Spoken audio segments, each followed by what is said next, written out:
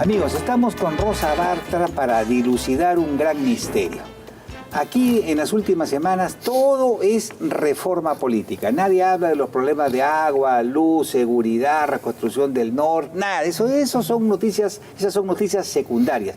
Todo es reforma política, ¿no? Y hay encuestas incluso donde dicen que hay un 70% que no tiene la menor idea qué diablo significa eso. Y hay un 30% que fanfarronea. No, que está enterado. Que dice que está enterado. Sí. Pero de ese 30%, yo les aseguro. No, está dicho, está expresamente medido. Si el 56% de ese 30%, sí. Solamente, por tanto, el 15% considera que es necesario.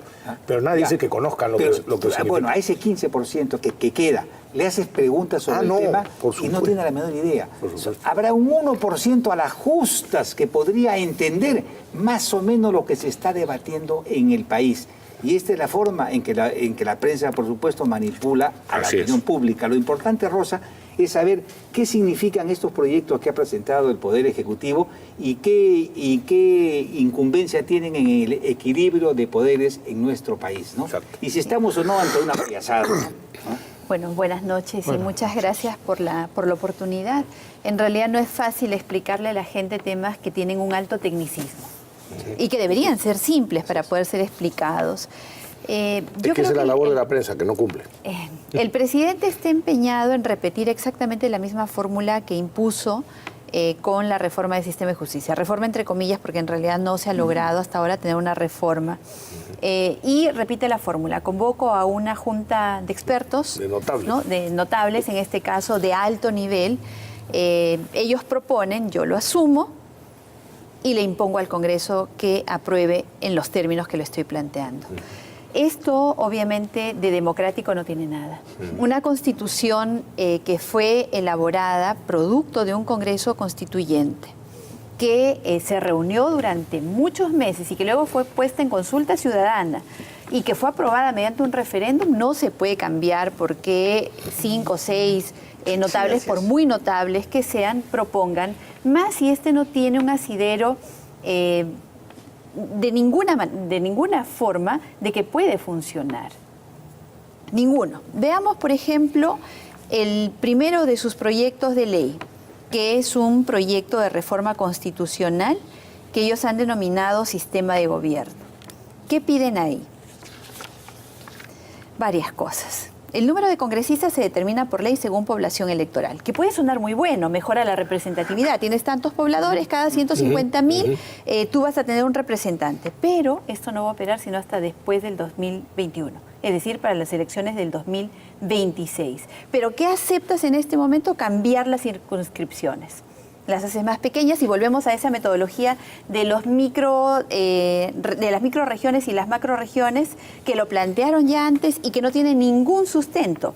¿Qué estás buscando ahí? Que Lima, por ejemplo, tenga menos representantes. Así es. Que La Libertad tenga menos representantes. Y que sobrerepresente subsidiando a aquellas regiones donde ellos puedan tener una representatividad más afín a su forma de pensamiento. Sobre eso, una nota a pie de página. Esto en los Estados Unidos se conoce como gerrymandering, porque era un congresista, Mandarin, quien diseñó este sistema de recortar los distritos electorales para quitarle poder a sus oponentes y para juntar más población que fuera adicta a su partido. Y es una de las grandes formas de corrupción política que hay en los Estados Unidos, a tal punto que en el libro Los partidos políticos de Maurice Duverger, que está publicado por el Fondo de Cultura Económica, aparece este mecanismo corruptor como uno de los medios por los cuales los partidos buscan modificar la realidad para conseguir mayorías artificiales. Lo que están haciendo, lo que acaba de describir la congresista Rosa Bartra, es exactamente eso. Exactamente eso. Con la consiguiente mayor precariedad de nuestras instituciones. ¿Qué más proponen? La censura. O sea, yo quiero regresar un poquito antes, si me permiten. ¿Cuál es el diagnóstico que ha hecho la Comisión de Alto Nivel y que el Ejecutivo lo ha asumido? Tenemos un Ejecutivo débil y tenemos un parlamento abusivo y fuerte. Y entonces tenemos que equilibrar, que es lo que me había preguntado Pepe, ¿no? ¿Qué cambios trae al equilibrio de poderes? Para ellos hay un desequilibrio a favor del Congreso en perjuicio de un Ejecutivo que debe ser fortalecido. Entonces, ¿qué proponen? Fortalecer el Poder Ejecutivo a expensas del Poder Legislativo. Según ellos así se equilibra, pero eso no es cierto. Porque quien tiene el poder es quien tiene el dinero. Y quien tiene el dinero es el Poder Ejecutivo. Son ellos los que disponen de los recursos y ahí reside el verdadero poder para cambiar la situación que están obligados a hacerlo en positivo. Y el escándalo de corrupción que hemos conocido, ¿qué nos dice? ¿Que esa corrupción ha venido por parte del Poder Legislativo? No, claro. No, ha sido el Poder Ejecutivo quien en la entrega de los megaproyectos se ha coludido con las grandes empresas, Odebrecht, OAS, que estamos conociendo, para perjudicar los recursos que estuvieran obligados a cautelar. Pero, sin embargo, ahora se dice hay un desequilibrio y hay un Congreso que no permite la gobernabilidad. Entonces debemos mejorar la gobernabilidad y para eso debemos dar mayor poder al Poder Ejecutivo y quitárselo al Congreso de la República. ¿Qué proponen entonces para esto? No podemos censurar ministros. Si queremos censurar un ministro, si el Congreso quiere censurar a un ministro, debe censurar a todo el gabinete. Entonces, no importa si hay un ministro que puede estar haciendo mal uso de los recursos. Eso sería único en el mundo. Lo cual es una locura. A ver, explica. Es una locura, realmente es una locura, porque no importa si un ministro comete latrocinio o es incapaz en su cargo, no importa. El Congreso no puede sencillamente censurarlo porque para eso tendría que censurar a todo el gabinete. Y eso es eliminar una herramienta de control político que es muy valiosa en el control del poder. ¿Qué pasa si tú ubicas a un ministro de Vivienda de Transportes que está adjudicando ilegalmente proyectos? Como por ejemplo la carretera interoceánica o el gasoducto, del cual por cierto el presidente hasta ahora no dice nada, 1000 días. El presidente reclama 30 días tiene la reforma, 1000 días tiene él para decidir sobre el gasoducto y no dice nada. Pero bueno, volvemos. ¿Qué tendría que hacer el Congreso? Censurar a todo un gabinete. ¿A qué juegan? A que si censuras 2 veces, obviamente se pueda exactamente arrinconar al Congreso cuando el uso de una herramienta de control político no solamente es legítima, sino que es necesaria. Hablamos nuevamente de controlar el poder. ¿Cómo controlas el poder sin herramientas? Pero esto es una guerra psicológica contra el Congreso. Ah, pero por supuesto. Porque naturalmente a lo que están jugando es a que los congresistas, por temor a ser disueltos, no censuren a nadie. Así es. De eso se trata. No solamente quieren recortar eso, sino que quieren fortalecer aún más la capacidad legislativa del Poder Ejecutivo. Fíjense ustedes las cifras. ¿Qué tenemos nosotros? ¿Cuántos decretos legislativos, es decir, el Congreso le ha dado su facultad legislativa al Poder Ejecutivo para que dé leyes a través de decretos supremos? ¿Cuántos decretos supremos cuántos decretos legislativos ha dado el gobierno hasta ahora? Más de 200. ¿Cuántos ha derogado el Congreso? 3. 3. Sin embargo, obstruccionistas. ¿Obstruccionismo dónde? Cuando de más de 200 solamente se ha derogado 3. Y de esos 3, solamente uno totalmente y los otros de manera parcial. Entonces, ¿cómo nosotros podríamos hablar de obstrucción? ¿De qué forma podríamos hablar de obstrucción? Han sido 213 emitidos por el gobierno y 3 los que se han derogado. O sea, 210 han pasado completamente. Pero, sin embargo, quieren ellos eliminar la tramitación de insistencia, más bien elevar la valla. Cuando el Congreso aprueba una ley, va al Poder Ejecutivo para su promulgación, el Poder Ejecutivo puede observarlo. Para que el Congreso insista en esa iniciativa legislativa, en la actualidad necesita votación calificada, 66 votos. ¿Qué están proponiendo? Elevarlo a 87. O sea, elevarlo a 87. Imposible. Imposible. O sea, el Congreso, prácticamente el Poder Ejecutivo se quedaría con la facultad de legislar. El presidente, su Consejo de Ministros, legislarían. El Congreso ya no podría ni siquiera insistir en una ley. Es una monstruosidad jurídica de todo punto, y constitucional y moral. Así es. Es absolutamente... amarrar de manos al Congreso, es desindividualizar las responsabilidades de los ministros, cosa que es muy grave. O sea, es como decir, existe un ente colectivo que es o no es responsable y ningún ministro es responsable individualmente por los actos que hace. No solamente eso. Las leyes que son enviadas al Ejecutivo y que son observadas no pueden aprobarse a levantar la valla.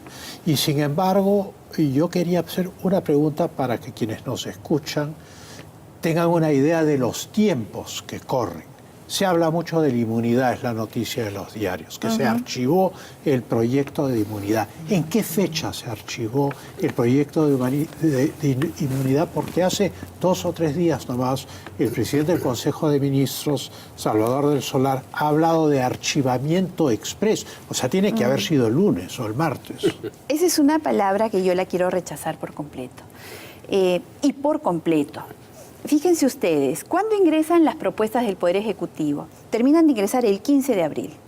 El 16 de abril, 24 horas después, estaba en la Comisión de Constitución y Reglamento el ministro de Justicia, o sea, el Poder Ejecutivo, el vocero jurídico del Poder Ejecutivo y el presidente de la Comisión de Alto Nivel para la Reforma Política, Vicente Ceballos.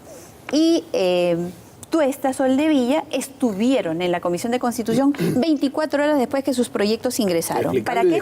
Para explicarlos e iniciar el debate. Y por supuesto que se habló del proyecto de inmunidad allí. ¿Qué pasó después? 1 semana, 2 semanas, 3 semanas después, insistían. Quiero un cronograma, quiero que prioricen, pero estamos discutiendo, señores, estamos debatiendo.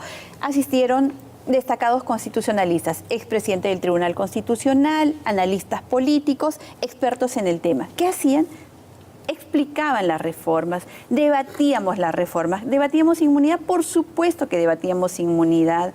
Así nos han visitado, por ejemplo, Víctor García Toma o Carlos Meléndez o, en fin, una serie de personajes que han acudido a la Comisión de Constitución. ¿Qué pasó después que se apruebe el cronograma?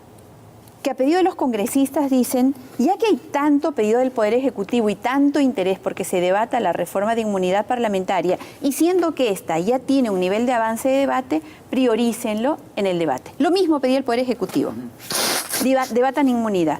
Pusimos a debate el proyecto de inmunidad parlamentaria, se debatió, y recuerden que ya veníamos de un mes de estar debatiendo, se debatió el proyecto en específico y como ocurre en democracia, se votó y se decidió por su archivamiento. ¿Archivamiento total? Sí, de la propuesta del Poder Ejecutivo. Por parte del Poder Legislativo, no, porque siendo que es una reforma parcial de la inmunidad, y digo parcial porque inmunidad es una garantía constitucional que no tiene solamente el Congreso, que la tiene el Presidente de la República, que la tienen los ministros, que lo tiene el Tribunal Constitucional, los jueces supremos, así es, los fiscales supremos, todos tienen inmunidad.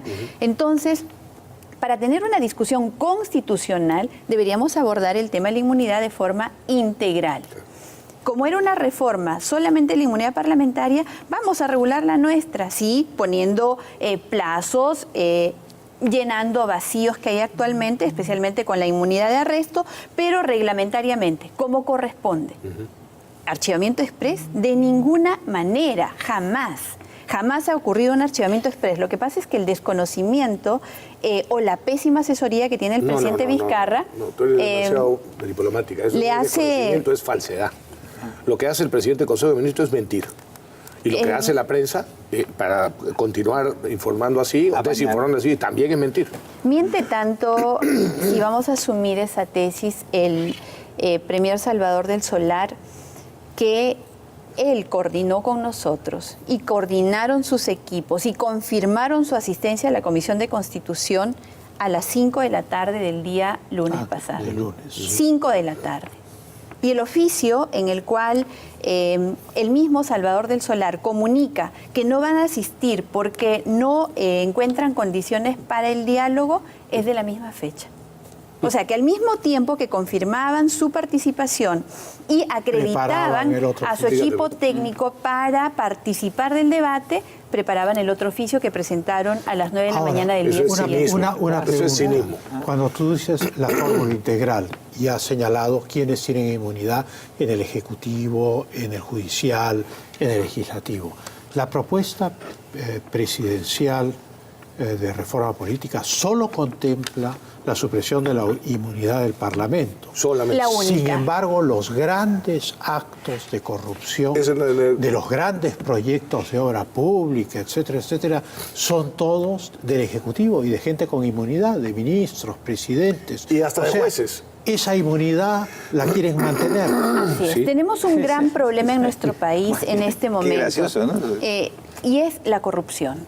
Y la corrupción la quieren centralizar en el Poder Legislativo.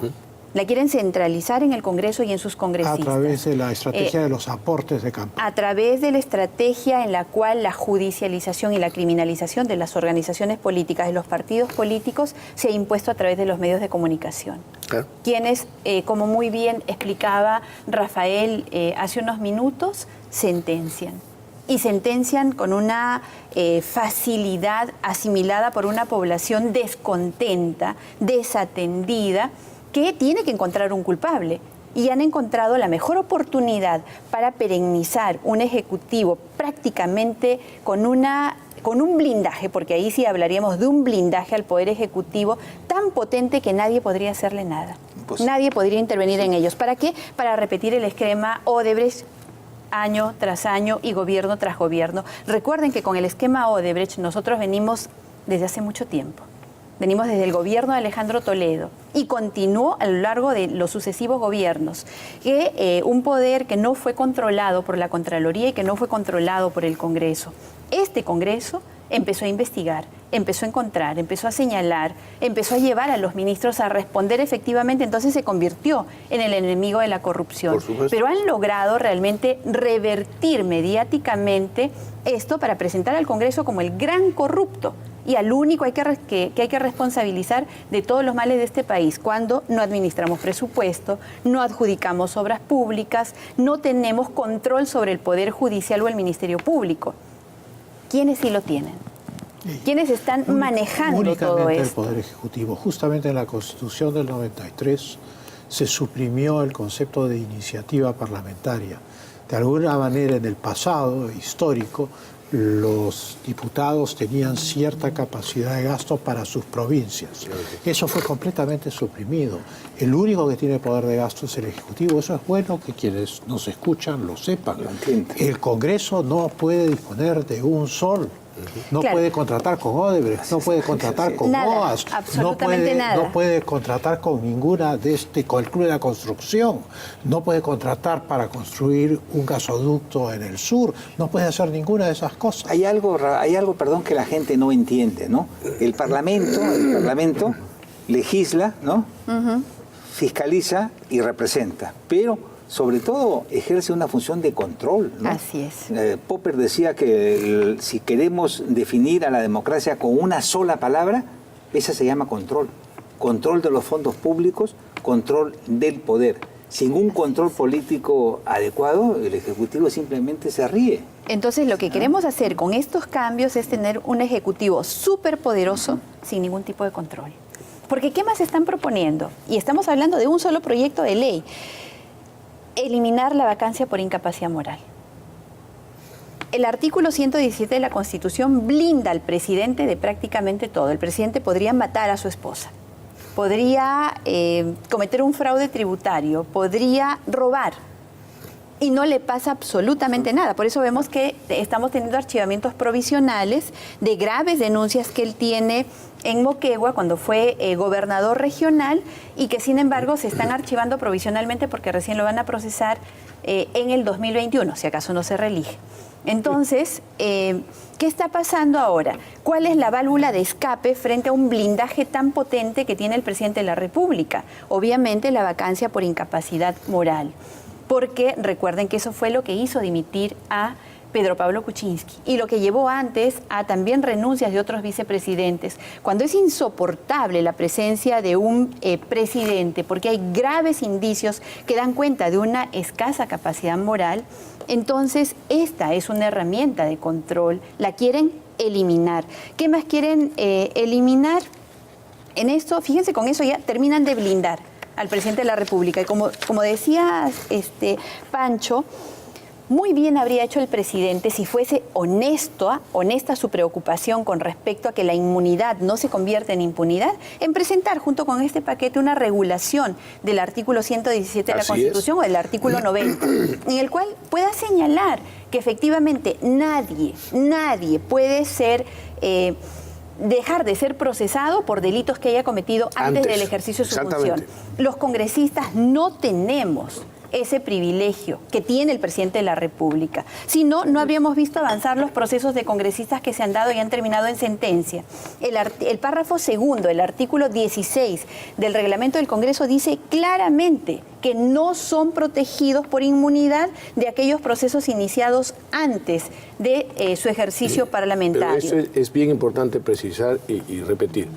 Lo que estás explicando es, y que para que lo capte la ciudadanía, porque eso tampoco se dice, el presidente, a diferencia de los congresistas, sí tiene inmunidad absoluta y completa, incluso por los delitos supuestamente cometidos hace mucho tiempo antes de que fuera elegido presidente. O durante su gestión. O durante su gestión. Así es, está totalmente blindado. De esa inmunidad no habla el presidente, como tú dices. Si quisiera poner las cosas equilibradas, entonces por lo menos junto con la modificación de la inmunidad parlamentaria debería decir... Las condiciones generales para todos los poderes del Estado, dentro de los cuales la inmunidad presidencial puede ser levantada. Exactamente. Pero hay otro tema, el tema de la incapacidad moral surgió como un debate de sofistas con el tema de la revocación del mandato del expresidente Pedro Pablo Kuczynski.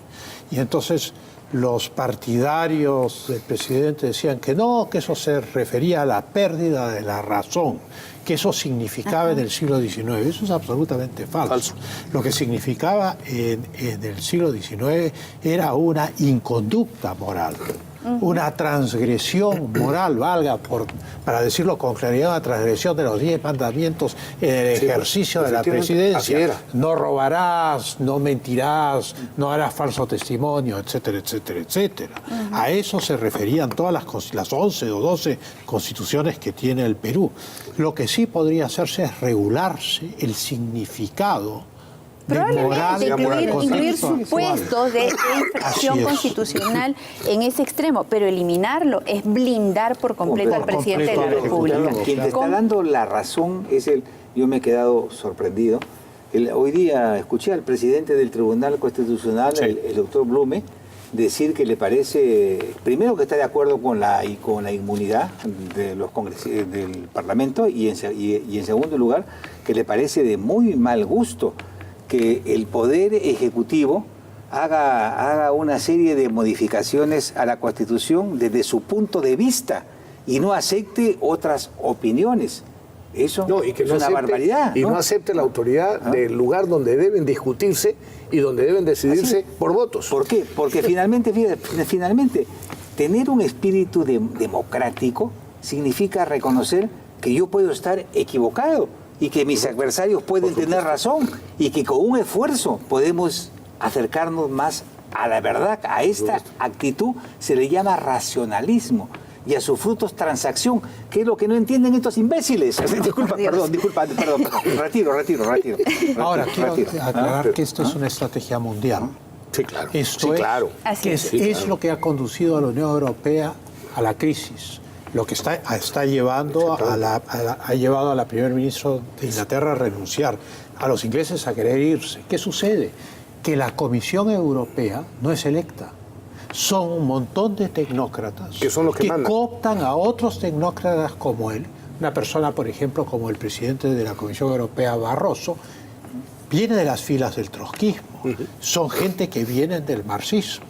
Y esta gente va imponiendo legislación por la cual nadie vota. O sea que es un sistema de una tecnocracia que modifica el sistema legal de manera antidemocrática, sin ninguna consulta a los pueblos de Europa. El día de hoy ha tenido lugar las elecciones para el Parlamento Europeo.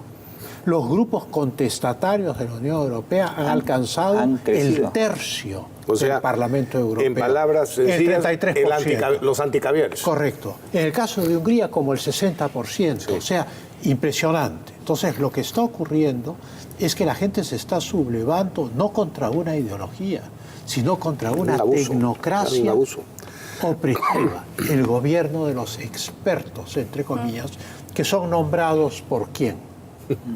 Son nombrados por los que están en el poder. Y es que ahí nos llama la reflexión, ¿quiénes realmente gobiernan en el Perú? ¿Quiénes se han sucedido desde el gobierno de Toledo, pasando por hace 20 años, García, Humala? ¿Quiénes son? ¿Quiénes están gobernando realmente el Perú? Y quiénes nos quieren llevar a un fortalecimiento del Ejecutivo haciéndolo prácticamente impenetrable, que el control no le alcance. ¿Por qué? ¿Qué les preocupa? García no, en los gobiernos yo puedo dar fe de que el gobierno de Alan García de ninguna manera. Ahí tuvieron un freno, pero volvieron a entrar. Y entraron con más fuerza. Y entraron con más fuerza. ¿Qué más están pidiendo ahí? Eliminar el voto de confianza para el gabinete. Cuando hay un nuevo gabinete ya no hay voto de confianza. Van, exponen y el Congreso solo puede hacer preguntas, pero ya no puede votar a favor o en contra. Parece que les ha preocupado la última votación de Salvador del Solar. La peor en casi 20 años. Quieren un parlamento de juguete. Hacemos una pausa, Rosa, y regresamos de inmediato.